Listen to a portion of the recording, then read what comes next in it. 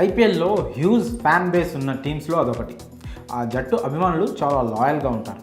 ఇప్పటిదాకా ఒక్కసారి కూడా ట్రోఫీ గెలవకపోయినా ఇంకా సపోర్ట్ చేస్తూనే ఉన్నారు. అయితే వాళ్ళ ఎక్స్పెక్టేషన్స్ను అందుకోవడంలో మాత్రం టీం ఫెయిల్ అవుతూనే ఉంది.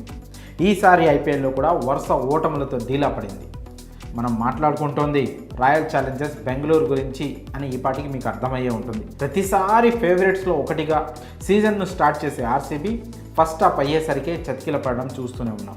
ఈ సీజన్లోనూ ఆడిన 4 మ్యాచ్ల్లో 3 ఓడి అందరినీ తీవ్రంగా నిరాశపరిచింది. ఈ నేపథ్యంలో బెంగళూరుపై టీమిండియా మాజీ బ్యాటర్ అంబటి రాయుడు సీరియస్ అయ్యాడు. ఆర్సీబీని రాయుడు కడిగి పారేశాడు. 16 ఏళ్లుగా ఐపీఎల్లో ఒకే తప్పును రిపీట్ చేస్తున్నారని మండిపడ్డాడు. దానివల్లే ఒక్కసారి కూడా కప్పు గెలవలేకపోయారని చెప్పాడు. బెంగళూరు బౌలర్లు భారీగా రన్స్ సమర్పించుకుంటున్నారు. ఈ టీం బ్యాటర్లు అంచనాలకు తగ్గట్లుగా పెర్ఫామ్ చేయడం లేదు. జట్టు ఒత్తిడిలో ఉన్నప్పుడు యంగ్ ఇండియన్ బ్యాటర్స్ బాగా ఆడుతున్నారు.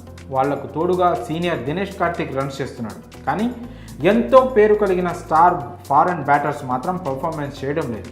ప్రెషర్ సిచ్యువేషన్స్లో వాళ్ళే ఆడాలి, కానీ అలా ఆడడం లేదు. వాళ్ళంతా డ్రెస్సింగ్ రూమ్కు పరిమితం అవుతున్నారు. 16 ఏళ్ల నుంచి ఈ టీంది ఇదే కథ. జట్టు ఒత్తిడిలో ఉన్నప్పుడు ఆర్సీబీలోని బడా బ్యాటర్స్ ఒక్కరు కూడా నిలబడి టీంను ఆదుకోరు అని రాయుడు స్పష్టం చేశాడు. బెంగళూరు జట్టు ఒత్తిడిలో ఉన్నప్పుడు యంగ్ బ్యాటర్స్ బాధ్యత తీసుకొని పరుగులు చేస్తుంటారని రాయుడు పేర్కొన్నాడు. కానీ పేరున్న స్టార్ ఆటగాళ్లు మాత్రం కేక్ మీద ఉండే క్రీమ్ను తింటూ ఎంజాయ్ చేస్తుంటారని విమర్శించాడు. ఇలాంటి టీం ఎప్పుడూ గెలవదని చెప్పుకొచ్చాడు.